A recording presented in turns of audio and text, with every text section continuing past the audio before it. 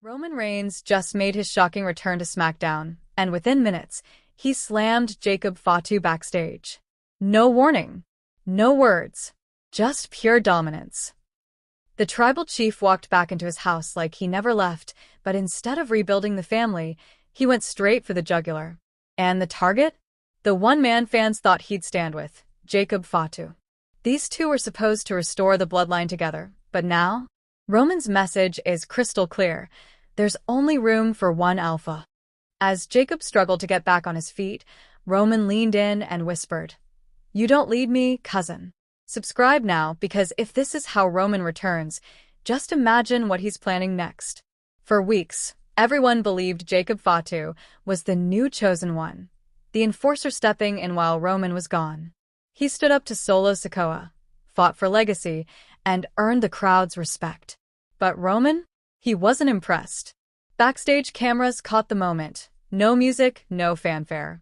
Roman walked in, stared Fatu down, and without a word, shoved him into the concrete. Not out of rage, but control. That wasn't an attack. That was a message. I built this. You don't take what's mine. So now the question is, was this a one-time statement, or the beginning of Roman reclaiming the throne by force? Subscribe now, because if Roman's back, then everyone else is in danger. The hallway was quiet. The kind of quiet that only exists before something explodes.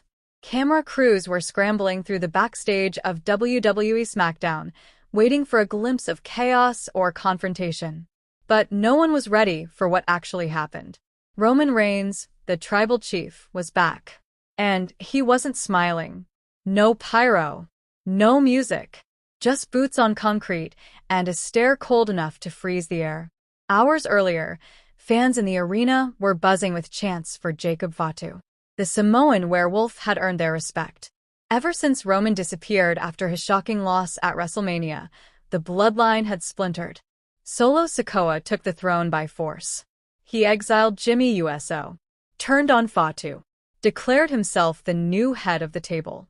But Fatu didn't back down. He fought. For the name. For the family. For what the bloodline used to mean. Week after week, he took beatings, got ambushed, but never quit. He kept standing, bleeding and roaring. Some said Jacob was the heir. Others whispered he was the new enforcer. A few even believed Roman would return to crown him. But tonight? All of that got shattered in 5 brutal seconds. Roman arrived unannounced. The cameras barely caught him slipping through the loading dock entrance, hoodie up, face shadowed. A few producers froze. A production assistant dropped his headset. Roman didn't speak. He just walked, like a lion returning to a territory overtaken by cubs. Backstage, Jacob was prepping for his match, taping his fists, breathing heavy. He'd just confronted Solo earlier in the night. The tension had been rising.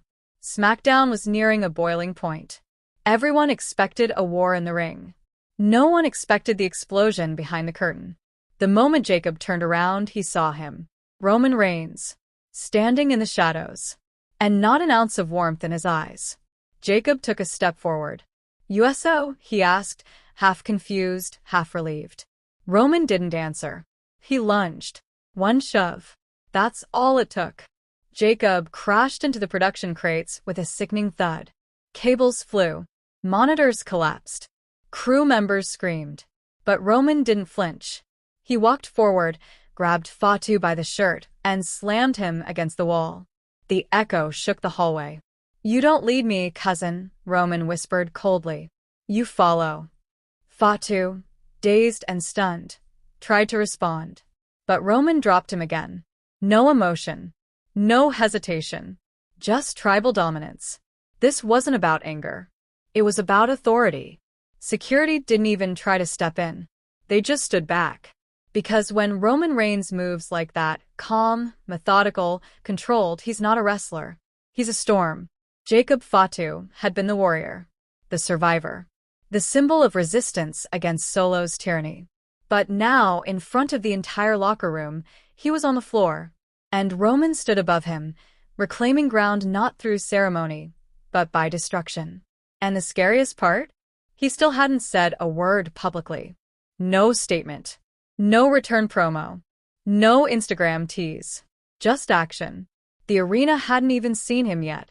The fans were still watching the ring, unaware of the seismic shift happening behind the scenes. A camera caught Roman walking away. Calm. Powerful. Alone. As if nothing had happened. No music played. No lights flashed. Just silence, and the image of Fatu lying on the concrete, breathing hard, eyes wide with realization. This wasn't a match. This was a reckoning.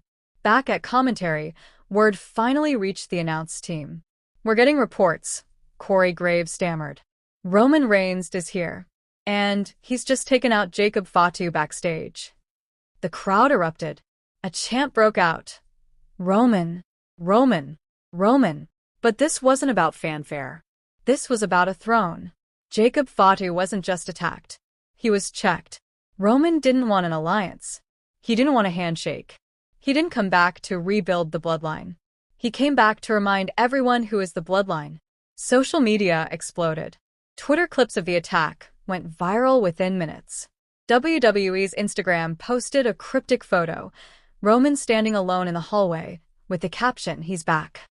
But no words from Roman, because words weren't needed. This was power, pure and raw. The locker room buzzed. Jimmy Uso reportedly rushed to check on Fatu. Paul Heyman was spotted pacing near the medical area, face pale, making frantic calls. Solo Sikoa? No comment. No emotion. Just a smirk caught by one of the cameras later in the night. Was this part of his plan? Was Solo prepared for Roman's return, or just pretending not to be scared?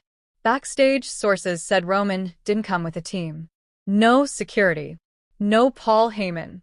Just himself. Which made the statement louder. He didn't need backup. He was the backup. And now that he's back, what does that mean for the future? Because if Roman just attacked Jacob Fatu, the man who stood against Solo, the man fans thought might become the new leader, then who is Roman coming for next? Is this war? Or worse, is this judgment? The bloodline, once fractured, now sits at a dangerous crossroad. Solo Sikoa rules the ring with an iron fist. Jacob Fatu lies broken after standing tall. And Roman Reigns?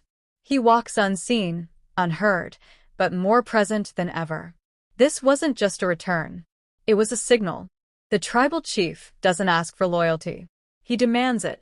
And anyone who steps out of line, no matter how strong, no matter how loyal, gets reminded of the hierarchy. Jacob Fatu may rise again. He may fight back.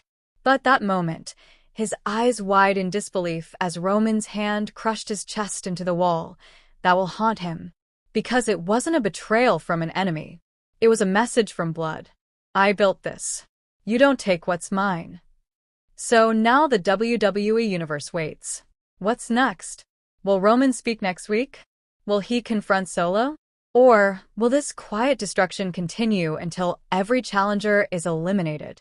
And what if Paul Heyman, the man who once whispered the game plan to Roman and now finds himself